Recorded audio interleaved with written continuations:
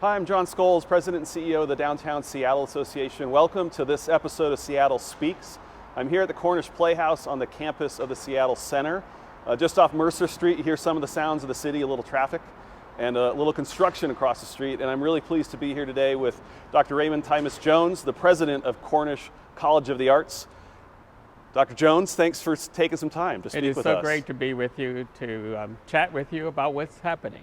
The history of Cornish, I want to maybe just start there. As a longtime downtown institution, I think been in downtown for more than 100 years. And 106 years. And on Capitol Hill and in a number of different buildings. And that's right. We're at the Playhouse here. Maybe speak to a bit about what happens here in this building. So at this building, we have performances that are done by our theater department and our dance department. They have performances here, but also our art department also put on exhibits in our lobby spaces. But as a part of being a part of Seattle Center, we also make the space available to local arts organizations. Wim performs here.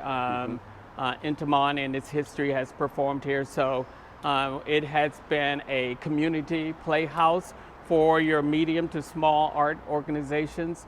We've all had to adjust and pivot and adapt and then do it again over the last 8 or 9 months in response to the pandemic. How has Cornish had to alter its operations? What does campus life look like today? What have been some of the challenges and the changes you've had to make? Well, like all institutions of higher learning, in March and April, we had to pivot immediately. And you can imagine, as a College of the Arts, both in visual and performing arts, we are very used to that mentoring association between faculty and student. So the in-person kind of instruction is the bedrock of what an arts college is all about and what an arts college does. And so to immediately have to pivot to a remote learning paradigm, and mind you, we had to make our decision during spring break. So our students were off campus. They had returned to their various homes. Our faculty were away, and the administration really had to make a decision. I had to make a decision that I couldn't afford to wait for students to return to campus to go to remote learning. I had to make that decision. So we made that decision during spring break and had 3 days after spring break for the faculty to be able to pivot from a kind of in-person paradigm to remote. So did you have any online courses we and did teachings have before? some online capacity, but certainly not for the entire college. So we did a kind of a crash course for faculty for 3 days and then set them on their way. And they really worked extremely hard to try to make what they had planned for the remaining of the semester to work within this new modality. And we did hear from students. Most didn't care for it at all. Some felt that they didn't get at all the experience that they had expected. So we spent 6 weeks in the summer. We hired the faculty back and we did a professional development workshop for 6 weeks about how to teach the arts using online technology. We had to buy some new software, and that really prepared the faculty in case we had to return to an online modality exclusively.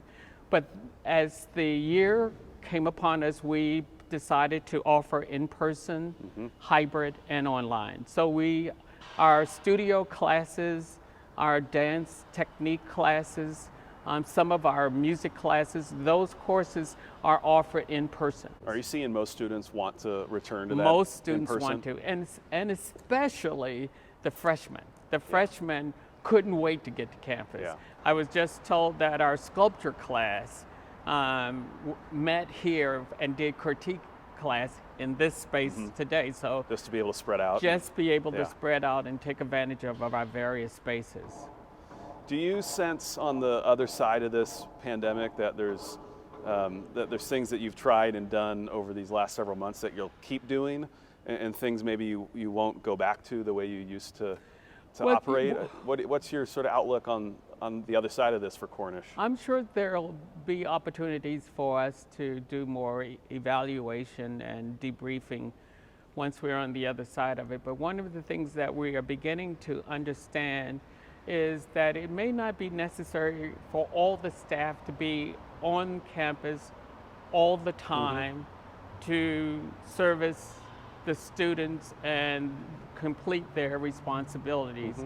For example, our counselors are able now to respond to students online immediately. So that is a very positive thing. It frees up space. It gives us more options in terms of our buildings and how we use our buildings. So we are looking at that. In terms of instruction, I think courses, or certainly faculty who had not explored the opportunity or the possibility of teaching online, are beginning to find that as a possibility. I would say that it is the bedrock of arts education to be in that space, to be able to mentor students really in a personal way. And that's not going anywhere. That's going to remain a bedrock of what Cornish is and what Cornish has been known for. How has Cornish addressed systemic racism and diversity, equity, and inclusion sort of within your mission? How are you taking on those issues? Well, like everyone else, thankfully, the community was very engaged and moved when Floyd was killed. And it happened during the time where we had the faculty on campus during those classes, so everyone was there. And immediately the departments separated and really began to dig down in terms of, because our own students began to voice their concerns and what their experience had been. Our music department came out with their statement of commitment to diversify their curriculum and to look at their curriculum in a more inclusive way. The paradigm, the basis of art training in this country has been European canons and thought, and it hasn't been greatly integrated. Maybe jazz, but not much more than that. And there is a willingness on the part of the faculty to begin to look at those sort of things. I have started and put together a anti-racism roundtable. I brought in Marilyn Gist, who is a facilitator on issues of racism and dignity and leadership. And she's going to do 2 sessions, but we're going to work for this next year on looking at the structures of Cornish, how welcoming and how inclusive are we in terms of our curriculum, in terms of our art that we perform and study and celebrate. How inclusive are we in our hiring practice? This is a real opportunity for Cornish. It's a real opportunity for our city. It's a real opportunity for our country. That is the exciting part of what I'm hearing, being a part of the DSA and hearing those very candid and heartfelt conversation and challenging willing to push it, not acquiescing to anything less than full commitment is very exciting as an African American male in this country. I'm very excited about the potentiality of what's happening in America. In the late 90s, I went to South Africa, and I went to Cape Town, and I stayed at a Holiday Inn, and behind the desk there were white and what they call colored and Afrikaans. And they all were just interacting. And I kept saying, and I said to them, how did this happen? How, with all the history that you have had in this country, how is this possible? And they talked about the process that their culture went through, the conversations, Desmond Tutu and those conversations that they went through to peel back the truth and look at it for what it was, and then start building a kind of inclusive society. I don't know where it is right now, but I was just very much touched, and I think of that story when I'm talking about what's happening in our city and in our country, that there are people of all breeds, all colors, all gender, all seeing the value of Black lives, and that's very exciting. Yeah, I share your optimism about the moment we're in, and it ought to be a mission, not a moment.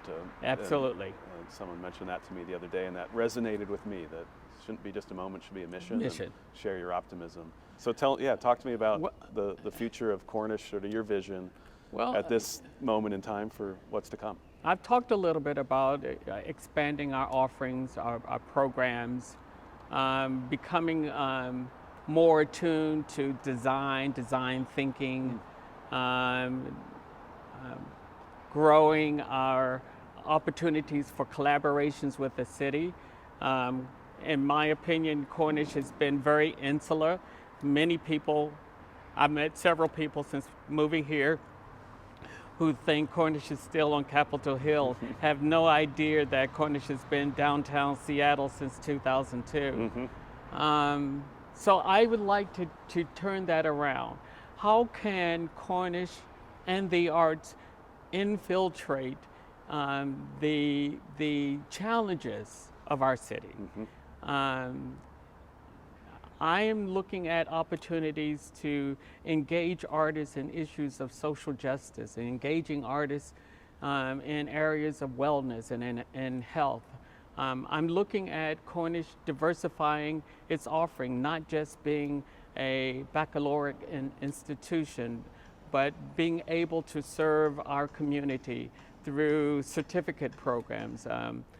Diversifying our offerings is part of the key to the future success of Cornish. We all have heard how the college age population is shrinking, and there will always be a niche there for Cornish of individuals who want to be artists and want a career in arts and design. I'm very excited about that. But I'm also looking at opportunities where Cornish's imprint will reach out and influence and offer opportunities for our adult learners and our professional learners and then our executive learners. There are multiple ways that Cornish can become a even greater powerhouse and create a present day history that started in 1914, but certainly for another 100 years continue to grow that reputation. Well, it's great to have your presence right in the heart of our downtown, and more importantly, your great leadership of the institution, and appreciate you taking time to share your thoughts with us on how you've adjusted and your own leadership in the organization and Cornish's commitment to addressing systemic racism. So thanks for the time, and thanks for your service on the board of the Downtown Seattle Association as well. I want to get that in. Thank you. Thank you very much. And thanks for joining us for this edition of Seattle Speaks. Continue to stay safe and healthy.